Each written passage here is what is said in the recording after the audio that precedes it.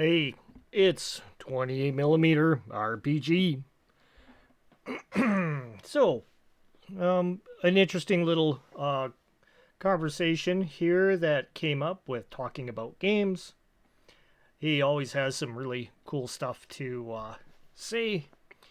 And one of the things he was talking about today is it possible to be scared and fearful while playing tabletop role playing games in 2022? Um, and it's entirely it's entirely possible, not impossible. It's possible, but he gets into the range of different ways of fear. Talking about the primal fear that some people have, like arachnophobia and stuff like that. But what I'm going to talk about is a different kind of fear, and it's something that is a motivator, especially if you're watching movies and stuff. So, because when you're watching a movie, you're like you're the third wheel in the entire situation. So, and for you to enjoy that movie, you got to become invested in the characters, and and same thing goes with role playing games too. Um, so, in a role playing game, of course, you're gonna have a fear of your character dying, but this all depends really on how much you actually have an emotional attachment towards your character. So, um, in some ways, a lot of players nowadays go ahead and kind of bring in the cheap experience into the game um, by making a pre-written backstory. So I'm not a big fan of pre-written backstories. Like I will give some sort of like a little bit of a background behind maybe a character if it's warranted. Um, but it's nothing more than maybe a few sentences. Maybe it's something about their childhood or something like that. But all in all, it has nothing really to do with the situation at hand, and is more of a reflection of, well, the upbringing of the characters kind of idea, or why they're here in the world, that you've put forth to them as a dungeon master or game master.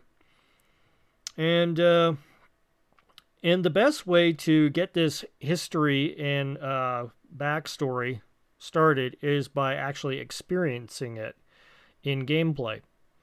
So in some ways you can start off having a situation where the characters are young before they decide to become adventurers, and you can play that out as an actual experience if you really wanted to. But in some instances where I've played as a player, I've just basically like played a character. One of my favorite was playing a character called Valgar Bloodflight, and it was a kind of a play on words, because this guy was a mercenary. He was a human mercenary, and he was a sailor, and he basically just got off a boat and heard about some sort of crazy situation where this some baron's daughter had gone missing and apparently had been captured by some demi-humans. So there was a big war party being put together, a posse that was going to go out and take out these bandits. And of course, the story got a little bit deeper than that, where it wasn't exactly what the situation at hand had a big twist to it, and it was all a big ploy to create a war. But coming off a boat, I didn't really have any more of a backstory than that. But it was through the gameplay and the things that we did really started evolving that character, and he started collecting things, and he would collect items off of creatures that they had killed in the wilderness and stuff like that. And in particular, he would adorn himself with different parts of the enemies in certain ways. Like he had a war helmet made out of the skull of an ogre that they had killed, and he had the skin of a bear that almost took him out, like pretty wounded him pretty badly and scarred him for life. And there was some other things like some sort of a dragon. Well, it wasn't a dragon. It was more like some sort of serpent uh, creature that he had taken the skin off of after they had killed it. But he was a collector that way, and as he was building his character as this was going, and it made it really cool. And he developed a personality as he was being played. And by the time we had gotten through like a year of playing, he became a pretty prominent character amongst all the in all the games that we were playing because he was so interesting, and some of the magic that he had collected up was just crazy. But it wasn't crazy as in super powerful. It was crazy that you wouldn't think of this stuff being on a warrior, and although he had a really good sword that he had, which was a firebrand sword, he also had a couple of items. One was I'm trying to remember here, it was a ring of feather falling, and the other one was a boots of levitation. And the way he got himself in and out of situations, and of course, because of the twist in the story, he became an outlaw. Like, well, his goal was to go ahead and rescue the Baron's daughter, but at the same time, the Baron's daughter was being used as a pawn in this whole situation in order for the Baron to go to war with the demi-humans of the island. And when Valgar thwarted this whole situation, he ended up becoming a target of this whole thing. So he ended up becoming an outlaw, so to speak.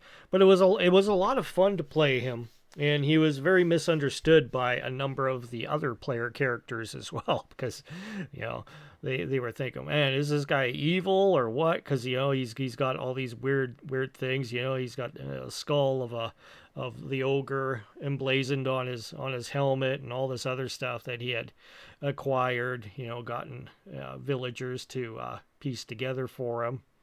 And it was just a very interesting situation.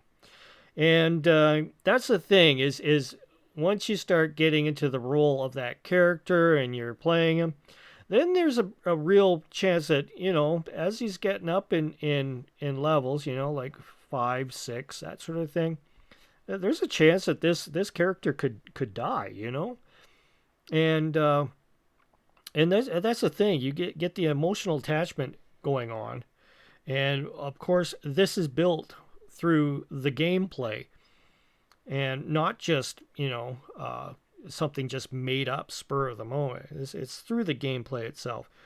So and then you have to play the character so that the character has to be a circumstance of what's happening. So the build up and then the idea of caring for what that character stands for and such. And you have to make characters that you can root for. That you want to see success happen for them.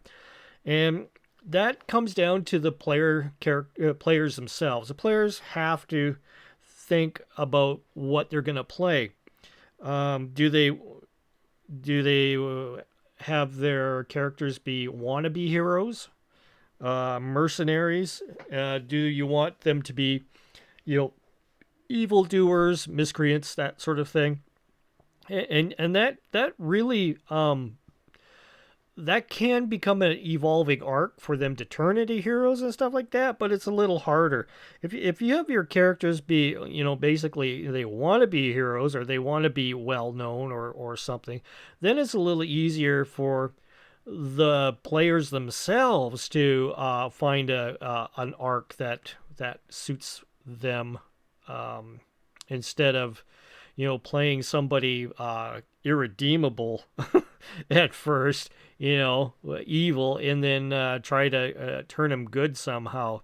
Because traditionally, once you're playing an evil character, they're just going to be evil, right? There's nothing that's gonna turn. The player has already got set in his mind that he's just going to be a jerk and play that way all the way through. So, in my game with playing Valgar, there were players that did that. They were going to be the evil guys and stuff like that, and that's where it came into situations where Valgar had to take things in his own hands and stop the the players themselves. And he had been uh, the bane of a couple of players because they were playing the evil guys. And Valgar, even though he looked like or could be possibly a bad guy, he wasn't that way at all. He just ended up ending these guys in whatever situation at hand. One was he basically kicked one of the players into a over uh, through a like a hole that was going down through the ground like a dry well, and it was actually a lair of some sort of beast down below.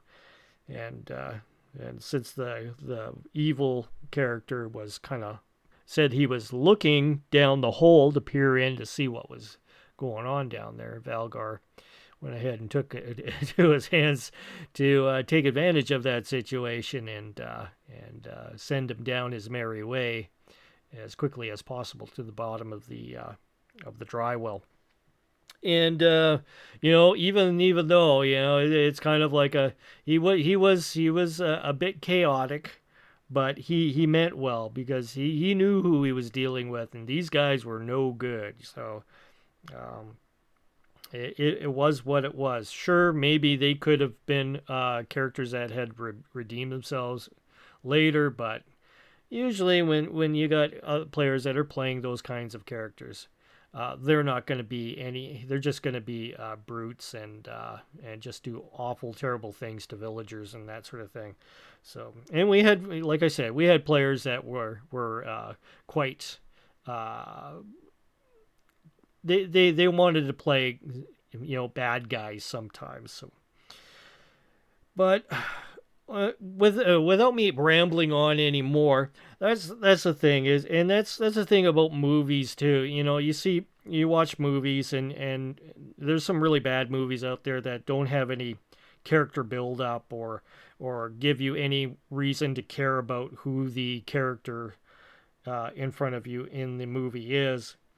And that's the thing is you want to be able to see a little progress in uh, how these people evolve and portray themselves, and you can kind of decide if you're going to root for them or not, or you might pick out little particular things about these characters that you might find yourself attached to, or you can relate to in certain ways.